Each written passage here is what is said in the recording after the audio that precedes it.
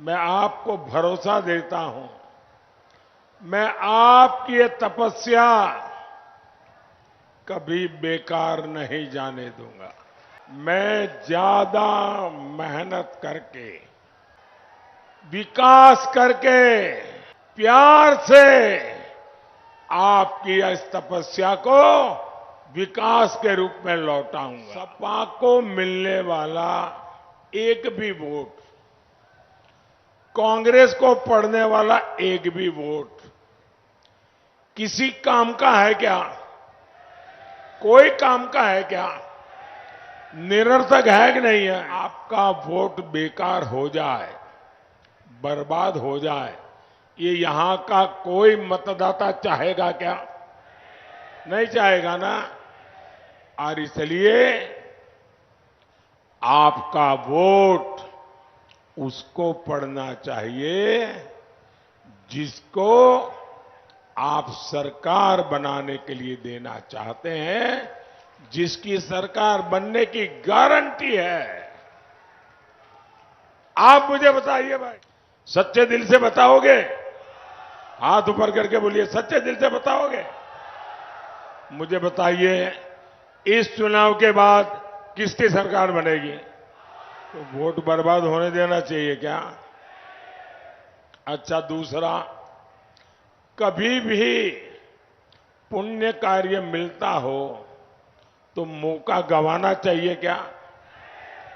भाई अब तो पुण्य कार्य मिलने ही वाला है, मेरा क्या जाता है, मैं तो नहीं जाऊंगा तो भी चल जाएगा, मोदी की सरकार बनना तो पक्का है, तो आपको पुण्य मिलेगा क्या?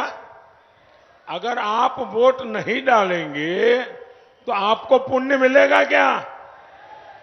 आज 80 करोड़ लोगों को मुफ्त खाना मिलता है, मुफ्त राशन मिलता है, तो वो आशीर्वाद देते हैं कि नहीं देते हैं? आपको पुण्य मिलता है कि नहीं मिलता है? लेकिन अगर आपने वोट नहीं दिया होगा तो वो पुण्य आपके खाते में जमा होगा क्या? तो मैं इतने अच्छे काम करने वाला हूं, हर काम से पुण्य मिलने वाला है, वोट देने वाले को वो पुण्य जरूर पहुंचने वाला है। वोट दीजिए विकसित भारत के लिए, वोट दीजिए आत्मनिर्भर भारत बनाने के लिए। साथियों, 22 जनवरी 2024 इस देश में बहुत लोग हैं जिनको अपने बेटे का जन्मदिन याद नहीं है। अपनी पत्नी से बात करते हैं, शादी की तारीख भूल जाते हैं, लेकिन इस देश के बच्चे बच्चे को पता है 22 जनवरी 2024। मैं 22 जनवरी बोलता हूं और देश बोल पड़ता है, जय श्री राम।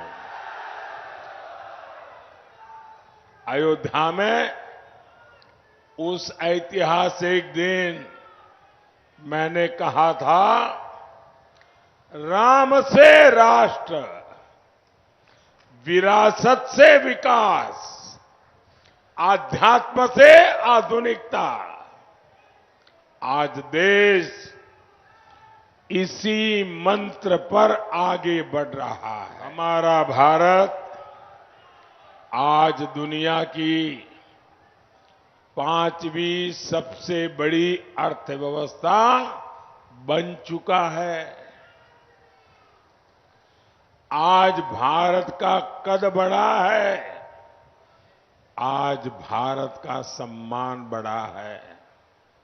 भारत अब वैश्विक मंचों पर बोलता है तो पूरी दुनिया बड़े ध्यान से सुनती है।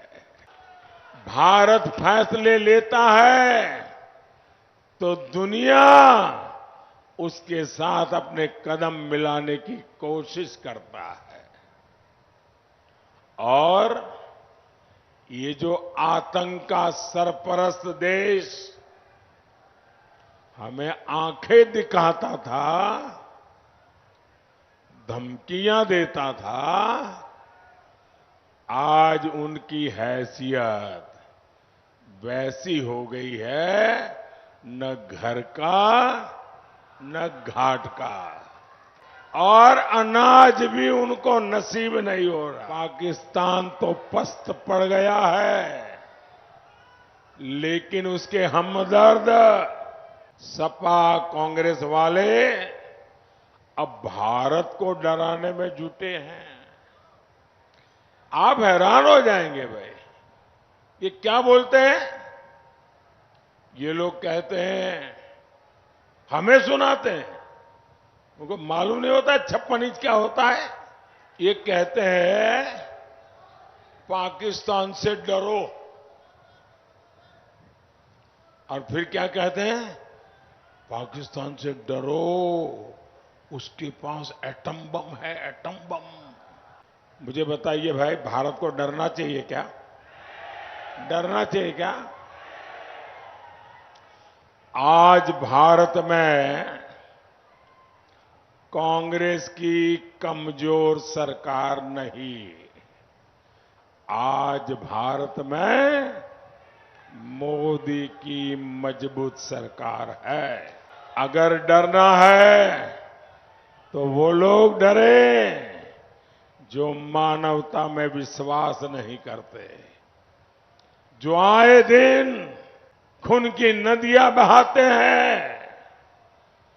डरना है तो वो डरे, और भारत न किसी को डराना चाहता है, लेकिन भारत हमें डराने वालों को कभी भी बख्शेगा नहीं, ये भी साफ है। और इसलिए भारत आज घर में घुसकर मारता है। साथियों,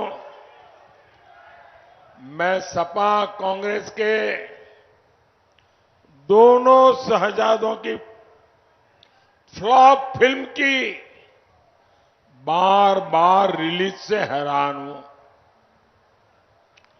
ये दोनों शहजादे अब मिलकर अफवाह उड़ा रहे हैं। ये कहते हैं यूपी की 79 सीट जीत जाएंगे। मैं पहले सुना करता था कि लोग दिन में सपने देखते हैं, मुझे अब पता चला दिन में सपना देखने का मतलब क्या होता है। 4 जून को यूपी की जनता इनको नींद से जगाने वाली है, और तब ये ठिकरा ईवीएम पर फोड़ेंगे। कांग्रेस के शहजादे तो राम मंदिर पर सुप्रीम कोर्ट का फैसला, जिसके कारण राम मंदिर बना है, वो फैसला पलटना चाहते हैं। ये राम मंदिर पर बाबरी ताला लगाने का सपना देख रहे हैं। ये रामलला को फिर से टेंट में भेजना चाहते हैं। कांग्रेस और सपा वालों को अचानक संविधान की याद आ गई।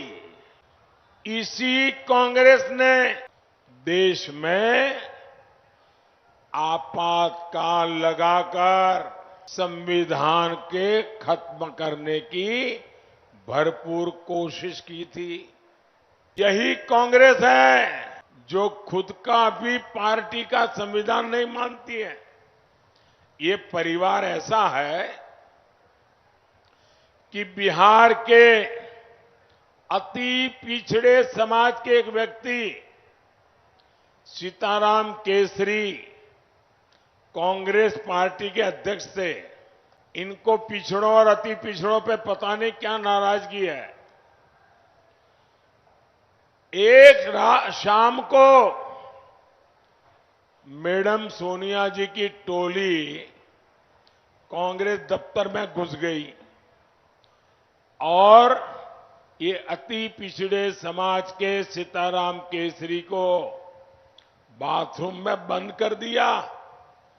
कांग्रेस के राष्ट्रीय अध्यक्ष को बाथरूम में बंद कर दिया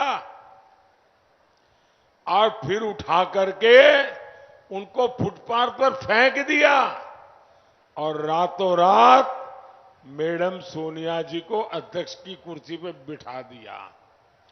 जिन्होंने कांग्रेस पार्टी के संविधान के लीरे लीरा उड़ा दिए, वो आज संविधान माथे पर के नाच रहे हैं। साथियों, सपा कौन है? ये वही सपा है जिसने हमेशा दलितों के आरक्षण का विरोध किया। अब ये लोग संविधान की भावना के खिलाफ जाकर धर्म के आधार पर आरक्षण देने की पैरवी कर रहे हैं। ये लोग दलितों, पिछड़ों का आरक्षण छीनकर वोट जिहाद करने वालों को देना चाहते हैं। जहां कांग्रेस सरकार है, वहां उन्होंने संविधान की पीठ में छुरा भोंककर कानून बना दिया है। कांग्रेस मुस्लिमों को आरक्षण देने के लिए बाबा साहब आंबेडकर का संविधान बदलना चाहती है। सपा भी इस दलित पिछड़ा विरोधी षड्यंत्र में कांग्रेस के साथ खड़ी है। इसलिए आपको सपा कांग्रेस को यूपी में पक्का सबक सिखाना है। अभी तो ये ट्रेलर है, बहुत बड़े बड़े काम आगे करने हैं। सपा ने यूपी को केवल बदनामी दी थी। हमारी बहन बेटियों का घर से निकलना मुश्किल था।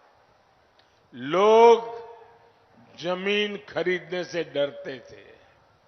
जमीन खरीदी तो कोई न कोई माफिया कब्जा कर लेता था। आपको याद है ना, कैसे गुंडे माफिया सपा के मेहमान होते थे। दंगाइयों को स्पेशल प्रोटोकॉल मिलता था। आतंकवादियों को जेल से छोड़ने का फरमान जारी होता था।